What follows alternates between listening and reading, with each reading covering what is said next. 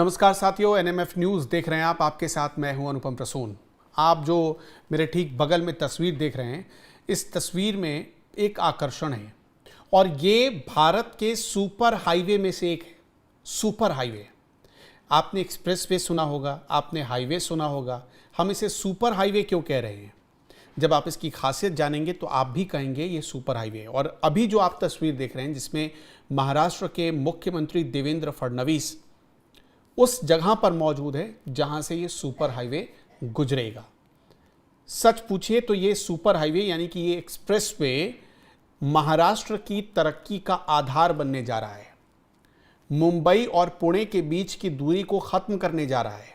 ये दूरी ऐसी हो जाएगी जैसे मान लीजिए कि आप नोएडा से दिल्ली जाते हैं, बिल्कुल इसी तरह आसान बनाने की कोशिश की जा रही है।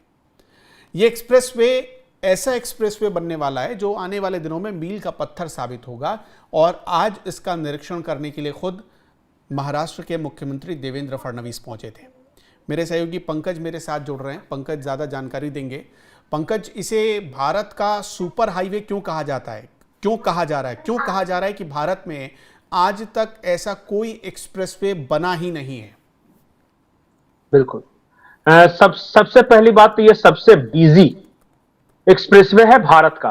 रोज कितनी गाड़ियां जाती होगी मुंबई पुणे एक्सप्रेसवे पे, कोई अंदाजा कोई लगा सकता है? पर डे 75,000 एक दिन और वीकेंड में गाड़ियां ट्रेवल करती है इस एक्सप्रेसवे से पर डे। और वीकेंड पे ये बढ़कर 1.2 लाख हो जाती है, मतलब 1.25 लाख के आसपास गाड़ियां वीकेंड पे चलती है एक दिन में इस एक्सप्रेसवे पे। अब जो लोग इस एक्सप्रेसवे पे गए होंगे उन लोगों को पता होगा, जैसे ही आप खपोली से लेकर सिंगड़ इंस्टीट्यूट तक जाते हैं ना, तो वो 13-14 किलोमीटर का जो स्ट्रेच है वो घाट रीजन आता है, पहाड़ी। तो वहां सबसे ज्यादा कंजेशन होता है, ट्रैफिक जैम। और खास करके लोनावाला खंडाला का जो बीच का जो एरिया है, वो जो पूरी पहाड़ियां हैं, वहां पे तो इतना ट्रैफिक जाम लगता है कि वो ट्रैवल टाइम को बढ़ाता था और लोग भी परेशान होते थे। और बार बार वहां पे क्या होता था पता है? मतलब कि रोड खराब हो जाता था वाटर लॉगिंग के चलते या किसी वजह से चलते, घाट रीजन है ना। अब ये जो एक्सप्रेसवे है ये इकोनॉमिक लाइफलाइन है महाराष्ट्र का। पर डे सोचिए ना, पर डे 75,000 गाड़ियां जा रही है या 1.25 लाख गाड़ियां जा रही है और आ रही हैं हर तरह से। अब किसी की समझ में आ ही नहीं रहा था कि इसका सॉल्यूशन क्या है। अब उसी के सॉल्यूशन के रूप जब देवेंद्र फडणवीस आए तो उन्होंने कहा कि हम Mumbai Pune expressway link breakage road बनाएंगे। अब उन्होंने क्या किया है कि जो घाट रीजन है, आप खापोली से लेके सिंगड़ तक, वो दूरी अब महज आप 30 मिनट में कवर कर सकते हैं, बहुत तो। और अगर ट्रैफिक नहीं रहा तो 15 से 20 मिनट में। यह विकल्प आजमाया गया है। मतलब कि अगर आप मुंबई से पुणे जाते हैं तो एवरेज आपको लगता था 3 से 3.5 घंटा, और इसके बनने के बाद आपको लगेगा 2 से 2.25 घंटा, मुश्किल से 2.5 घंटा। इतना समय की बचत है। तो एक तो हो गया कि रोड कंजेशन है। दूसरी बात है कि नजारे और इंजीनियरिंग मार्वल इसको क्यों कहा जा रहा है। हाँ, जहां पर देवेंद्र फडणवीस खड़े हैं उसके पीछे बिल्कुल बिल्कुल, ऊपर काले बादल मंडरा रहे हैं, हल्की फुहारें, और वहां पर मतलब ये तो पूरा ऐसा लग रहा है घाटी के बीच मौजूद हैं ये लोग। बिल्कुल। और 94 किलोमीटर का जो ये बिजी ये जो है ना, ये आपको एक ऐसा ड्राइविंग एक्सपीरियंस देगा जहां ना आपको ब्रेक पर पैर रखने की जरूरत है, नजारे बहुत अच्छे होंगे, वाटरफॉल है, उसके बाद टनल्स हैं, और रोड एकदम स्मूथ चिकना, बिल्कुल जरा भी ऐसा नहीं। और पता चलेगा कि 8 लेन रोड एक तरफ, 8 लेन एक तरफ और 8 लेन दूसरी तरफ। अच्छा, अब सुनने में ये ऐसा 10 लेन कर दिया जाएगा इसे। अब यही बात है ना, देखिए कि किसी जमाने में जब 4 लेन बना था तो मुंबई या पुणे के लोग सेलिब्रेट करते थे। असल में ये सबसे पहले बनाया है जब गडकरी जी वहां पे पीडब्ल्यूडी मिनिस्टर थे तब, उस वक्त इसकी परिकल्पना की गई।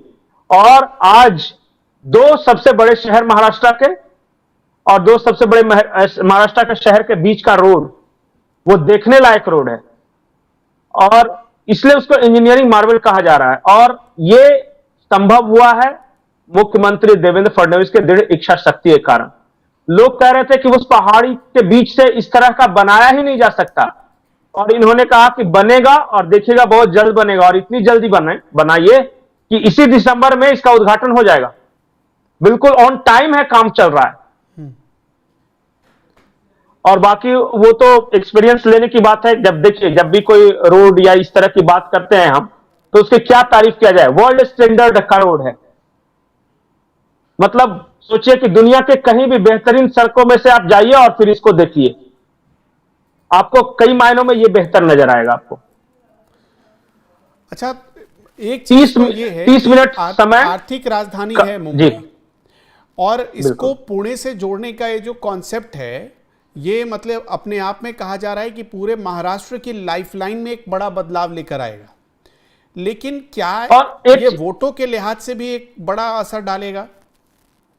देखिए, टूरिज्म के लिहाज से तो असर डालेगा। मैं वोट की बात नहीं करूंगा, वो तो महाराष्ट्र की जनता को फैसला करना है कि काम करने वाले को देना है या बकवास करने वाले को देना है। लेकिन मैं इतना जरूर ये बोलूंगा कि लोखंडवाला, लोनावाला और खंडाला, ये दो ऐसी जगह है जहां पुणे के भी लोग, मुंबई के लोग और आसपास के शहरों के लोग, जैसे खपोली हो गया, रायगढ़ हो गया, एक जिला वहां पड़ता है, वहां सिंगड़ हो गया, वहां ये सब है, वो सारे लोग वीकेंड मनाने वहां जाते हैं।